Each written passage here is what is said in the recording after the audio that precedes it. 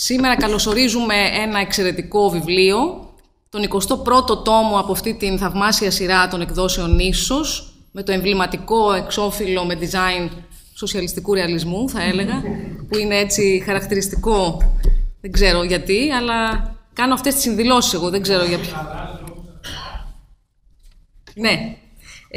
Λοιπόν, το βιβλίο αυτό, «Διατομικότητα, κείμενα για μια οντολογία της σχέσης», είναι ένα βιβλίο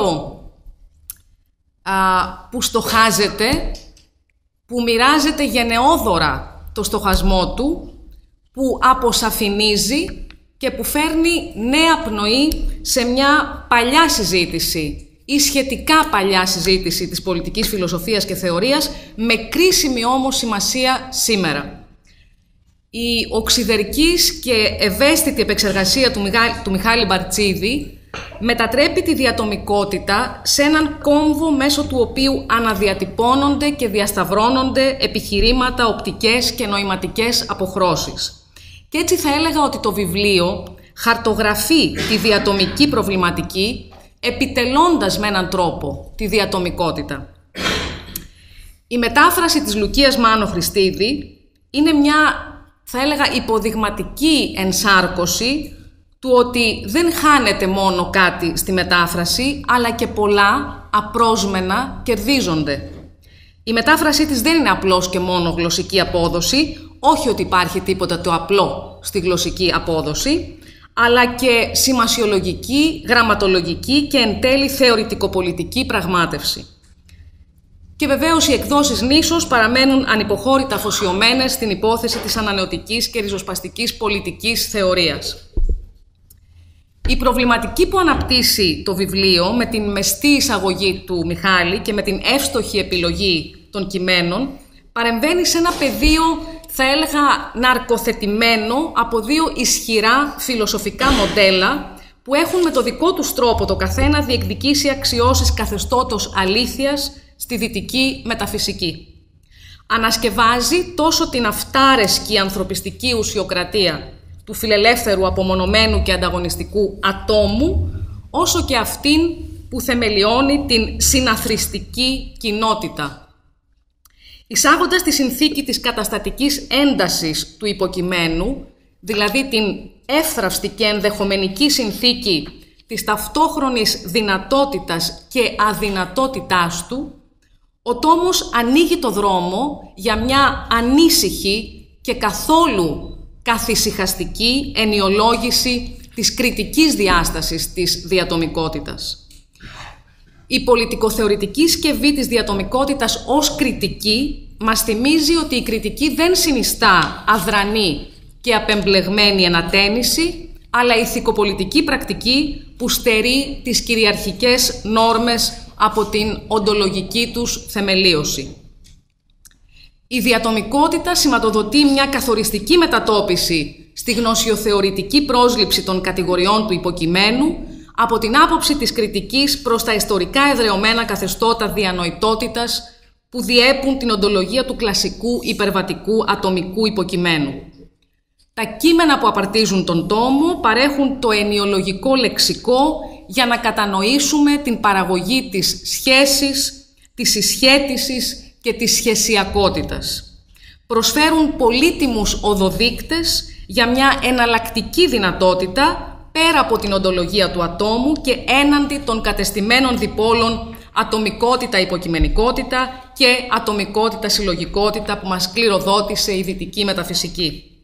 Με αυτή την έννοια, η ηθική της διατομικότητας είναι ταυτόχρονα πολιτική, καθόσον ή στο βαθμό που δεν ενεργεί συγκαλύπτοντας το ζήτημα της εξουσίας και αναπαράγοντας τις βουλησιαρχικές παραδοχές του ατομιστικού φιλελευθερισμού. Η καταγωγή του όρου διατομικότητα έχει συνδεθεί με το έργο του Ζιλμπέρ Σιμοντών, ο οποίος αμφισβήτησε την προνομιακή θέση που επιφύλαξε η δυτική σκέψη στην αρχή της ατομικότητας και της εξατομίκευσης. Τη λέξη είχε ωστόσο ήδη χρησιμοποιήσει ρητά ο Αλεξάνδρ Κοζέβ στο πλαίσιο της ερμηνείας του Χέγκελ. Την επανέφερε και επανενεργοποίησε αργότερα ο Ζιλ Ντελέζ διαβάζοντας τον Σπινόζα και την επεξεργάζεται εκ νέου και τη διανοίγει, θα έλεγα, ο Ετιέν Μπαλιμπάρ από τη σκοπιά της διαλεκτικής, επιστρατεύοντας διάφορες και διαφορετικές στιγμές στην ιστορία της δυτικής σκέψης, όπως Σπινόζα, Χέγκελ και Μάρξ, για να αποδομήσει το δίπολο ατομικό συλλογικό και να ενιολογήσει την αμοιβαία συγκρότηση ατομικού συλλογικού. Η ηθικοπολιτική βία της επιστημικής νόρμας που αφορά την νεωτερική, καπιταλιστική και, επιτρέψτε μου να προσθέσω, και πατριαρχική κυριότητα του ατόμου έγκυται, κατά τη γνώμη μου, στο ότι παραγνωρίζει την κοινωνικότητα και την ιστορικότητα μέσα στην οποία συγκροτούνται τα υποκείμενα ως ανθρώπινα, δηλαδή οντολογικά υπαρκτά και κοινωνικά αναγνωρίσιμα και βιώσιμα. Η διατομική συγκρότηση της υποκειμενικότητας σημαίνει ότι το υποκείμενο δεν είναι ούτε ατομικό, ούτε μέρος μιας ολότητας.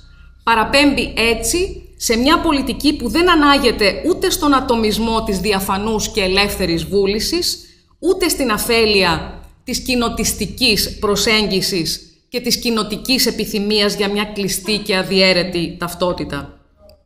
Το ζητούμενο λοιπόν δεν είναι να προβούμε σε μια ηθικολογική επιλογή ανάμεσα στην κακή ατομικότητα και στην καλή συλλογικότητα ή και αλληλεγγύη.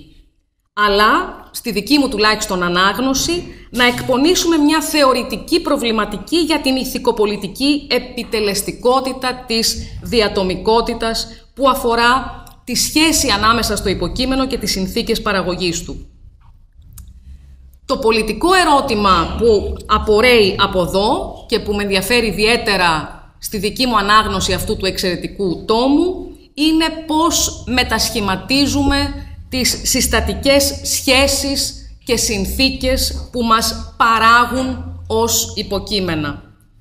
Δεδομένου μάλιστα ότι αυτές οι συνθήκες δεν μας συγκροτούν οριστικά και αμετάκλητα, μια και έξω, αλλά μας παράγουν διαρκώς, μας μετασχηματίζουν, μας προσαρμόζουν και μας αλωτριώνουν, αποκρύπτοντας μάλιστα τις σχέσεις εξουσίας που διέπουν αυτή τη διαδικασία παραγωγής, κάπως όπως το εμπόρευμα συγκαλύπτει την εργασία που το παρήγαγε, σύμφωνα με τη μαρξική έννοια του φετιχισμού του εμπορεύματος.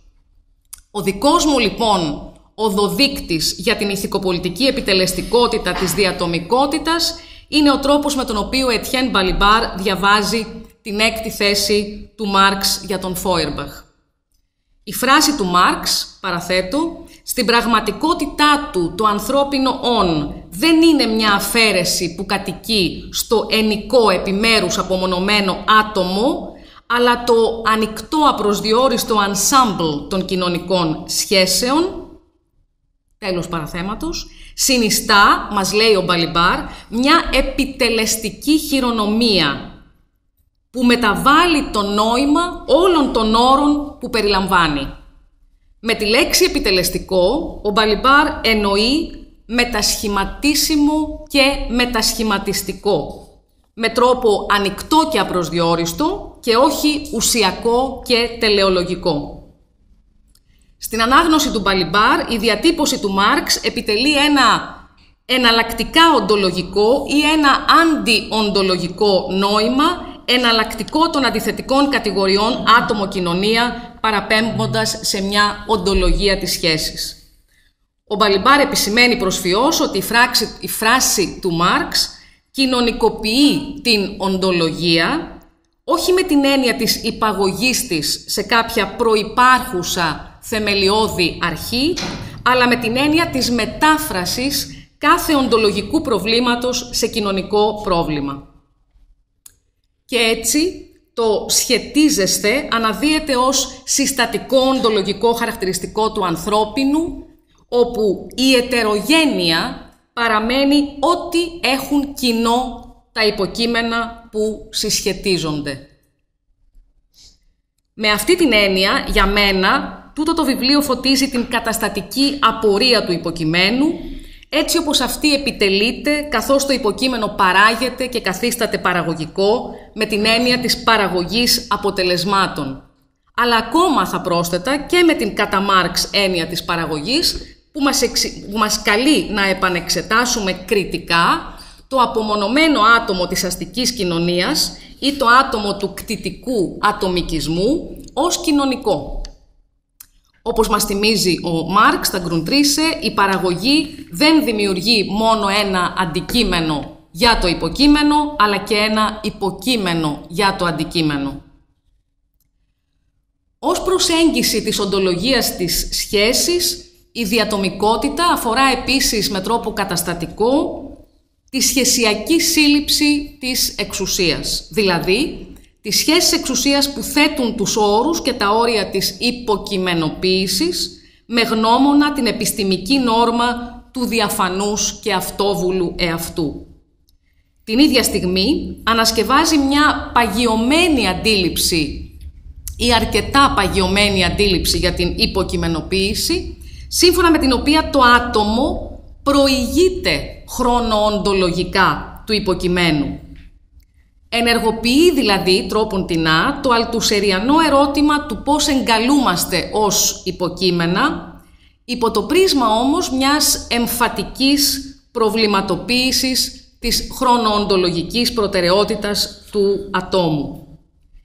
Η συγκρότηση και η αποσυγκρότηση των υποκειμένων ως αποτελεσμάτων των σχέσεων εξουσίας είναι μια διαδικασία διαρκής και διαφεύγουσα, ατελής και εύθραυστη.